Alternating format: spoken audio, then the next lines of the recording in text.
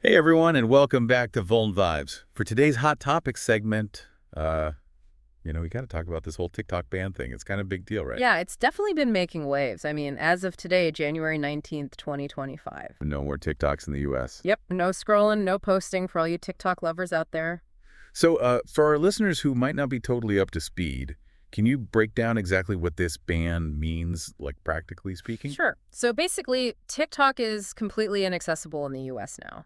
Existing users can't get to their content, and new users can't download the app. So it's a total blackout. Yeah, and it goes beyond just TikTok itself. Other apps owned by ByteDance are affected too. Oh, really? Like what? Well, you've got CapCut, which is a pretty popular video editing app, and then there's Lemon 8, which is kind of like a lifestyle and shopping app, and Goth, which is a messaging app. Wow, so it's a pretty wide net they've cast, so this all seems pretty sudden. But I'm guessing this didn't just come out of nowhere, right? Oh, definitely not. This has been brewing for a while now. You know, there have been concerns about TikTok's Chinese ownership and data security for years. Yeah, I remember all those debates about whether our data was safe. Exactly. And it all kind of came to a head last year. There was legislation passed demanding that ByteDance sell TikTok, or they'd face a ban. And, well, they didn't sell it clearly. Nope, they held their ground. And then recently, the Supreme Court upheld that law, which brings us to where we are today. So basically, years of tension just kind of reached a breaking point. Pretty much. And now the U.S. is officially TikTok free. Okay, so let's talk about the why. Why is the government so concerned about TikTok? Well, the main issue is national security. The government argues that TikTok needs to be under American ownership, or at least controlled by an entity that can address those security concerns. Because they don't trust ByteDance to protect U.S. user data. That's right. They're worried about potential data access by the Chinese government and the possibility of TikTok being used for propaganda. You know, it's funny. I remember when this whole thing first started, it all seemed kind of far-fetched, like something out of a spy movie. Right. But Attorney General Garland even said that this ban is about preventing the Chinese government from weaponizing TikTok. Weaponizing TikTok. Yeah, it sounds intense, but it shows how seriously they're taking this threat. So it's not just about protecting our cat videos and dance trends anymore. Definitely not. It's about the potential for a platform like TikTok with its massive reach to be used for, more nefarious purposes. So what's TikTok's side of the story? Have they just been silent through all of this? Oh no, they've been very vocal. They've repeatedly denied sharing data with the Chinese government or receiving any data requests from them. So they're basically saying the U.S. government has nothing to worry about. Yeah, that's essentially their stance. And they've also made it clear that they have no plans to sell the business. So it's a bit of a standoff then. Exactly. The U.S. government says jump, and TikTok says how high, but refuses to budge. It's like a digital tug of war. And unfortunately, the users are stuck in the middle. You know, it's interesting, though, because the Supreme Court actually acknowledged TikTok's importance as a platform for free speech. Yeah, they called it a distinctive and expansive outlet used by millions of Americans. So it's not like they're completely dismissing its value. Right. And that's what makes this whole situation so complex. We're trying to balance national security concerns with the right to express ourselves online. Yeah, it's a tricky situation for sure. Definitely. The court basically said that while TikTok plays a role in free speech, the potential risks to national security are too great to ignore. They're not willing to take that chance. Exactly. They pointed to TikTok's huge user base, the amount of data it gathers, and the possibility of foreign influence. It's a tough call, but they ultimately decided that the risks outweighed the benefits. Okay, so we've got this ban in place. TikTok is fighting back. But there might be a twist coming. Oh. There's been talk that Trump might grant TikTok a 90-day extension once he takes office. Yeah, that's a very recent development. He hinted that he'd most likely grant the extension after he's sworn in on Monday. So there's still a chance that TikTok could make a comeback. It's possible.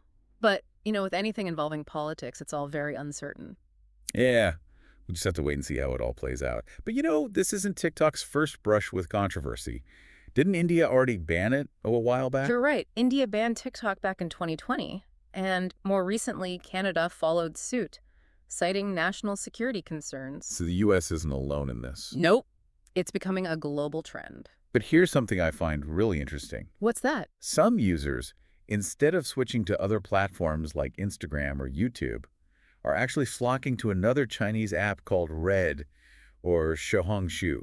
Wow, that's kind of ironic, isn't it? Yeah, it seems counterproductive to ditch one Chinese app for another. Especially when the whole point of the ban was to address concerns about foreign influence. I bet some lawmakers are scratching their heads over that one. Yeah, Senator Mark Warner even expressed concerns about Americans migrating to these adversary-owned platforms. So it seems like the ban might be having some unintended consequences. Yeah, that's always a risk when you implement these kinds of sweeping measures. And then there's the Electronic Frontier Foundation, or EFF. They've been pretty outspoken in their criticism of the ban. Yeah, they've raised some valid points. Their main argument is that banning individual apps is like playing whack-a-mole with data privacy. You get rid of one and another one pops up. Exactly. They're pushing for more comprehensive legislation to address the root of the problem, rather than targeting specific platforms. So they're looking at the bigger picture? Yep. They even went so far as to call the ban anti-democratic. Wow. That's a pretty strong statement. It is. It shows how deeply they feel about this issue. So we've got national security concerns, free speech debates, a potential Trump curveball, and now this whole red app situation. It's a lot to unpack. It really is. This whole TikTok saga is like a political thriller mixed with a dash of internet chaos. And it's just getting started. It's a real head-scratcher, isn't it? Yeah, it really is. This whole situation raises so many questions about the internet and, the role it plays in our lives. On the one hand, it's this incredible tool for connection, breaking down barriers between countries and cultures. But then on the other hand, it creates all these new vulnerabilities, especially when it comes to data privacy and foreign influence. Yeah, you hit the nail on the head. And Yeah. this TikTok ban is a perfect example of that tension playing out. How do we balance national security with individual freedoms, like freedom of speech and access to information? It's the million-dollar question. And I don't think there's an easy answer. No, not at all. Technology is evolving so rapidly, and our laws and regulations are struggling to keep up. It's like we're in uncharted territory. Exactly. We're grappling with ethical dilemmas we never could have imagined a few decades ago. It's funny, because when I think about someone scrolling through TikTok, watching cat videos and dance trends, it's hard to see them as a threat to national security. Right. It's not about individual users posing a direct threat. It's about the potential for platforms like TikTok to be exploited for data collection and manipulation on a massive scale. So it's the bigger picture we should be worried about. Exactly. The government's concern is that the Chinese government could potentially access the vast amount of data TikTok collects. And we're talking about a lot of data, right? Oh, yeah. Everything from basic demographics and browsing history to things like facial recognition scans. Hold on, facial recognition scans. That's kind of creepy. It is, and that's why it's so concerning. The fear is that this data could be used to identify and track individuals, spread misinformation, even influence elections. Okay, yeah, now I'm starting to see why this is a big deal. But I still have to say, banning an entire app feels a bit extreme. Some might even say Orwellian. I get it. And as we talked about earlier, there are legitimate concerns about censorship and the potential chilling effect this could have on free speech. So it's a delicate balance. It is. And that's why it's so important to have these conversations, to weigh the risks and benefits, and consider all sides of the argument. So what happens now? Is it all eyes on Trump and this potential extension? Well, that's certainly one piece of the puzzle. But there's a lot more going on behind the scenes. Yeah. You've got the ongoing legal battle between ByteDance and the U.S. government, the possibility of other countries following suit with their own bans, and then the broader debate about data privacy and regulations in the tech world. It's a lot to keep track of. It is. This situation has so many layers. It's like a game of chess, where each move has ripple effects across the whole board. Exactly. And this game is far from over. Well, folks, it seems like we're in for a wild ride. This TikTok saga has more twists and turns than your average Netflix drama. Yeah. It makes you think about what's really important, right? Like, are we willing to give up our data, our privacy, even our freedom of speech just to keep using these apps? It's a tough question. I mean, the TikTok ban is just one example of the challenges we're facing in this digital age. It's like we're constantly trying to find that balance between security and freedom, and it's not always easy.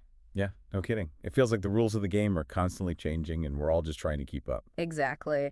And I think this whole situation highlights just how important it is to have updated laws and regulations for the tech industry. Totally. It's like the Wild West out there right now.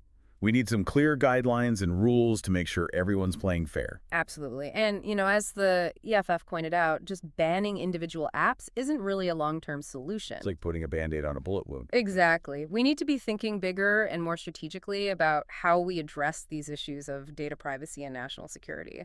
So maybe this whole TikTok drama will actually be a catalyst for some positive change. Maybe it'll force us to have those tough conversations and come up with some real solutions. I hope so. I mean, at least it's brought these issues to the forefront of public debate, and that's a good first step. Well, listeners, we've covered a lot of ground today, from the ban itself and the reasons behind it to the free speech debate and the potential for a Trump-led extension. It's been a wild ride for sure. It really has. This whole TikTok saga is a perfect illustration of just how complex and interconnected the digital world has become. And it shows how important it is to stay informed and engaged in these conversations because they affect all of us. Absolutely. We need to be critical thinkers and ask tough questions as we navigate this ever-evolving digital landscape. Well said. So on that note, we'll leave you with this thought: if banning individual apps isn't the answer, what is?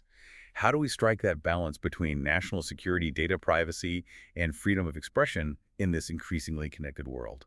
It's a question we all need to grapple with, and one that will likely keep us busy for years to come. Thanks for joining us on this deep dive into the TikTok ban. Until next time, stay curious, stay informed, and stay connected. Just maybe not on TikTok for now. And remember, always read the fine print, especially when it comes to your data. Words to live by in the digital age. Thanks for listening, everyone.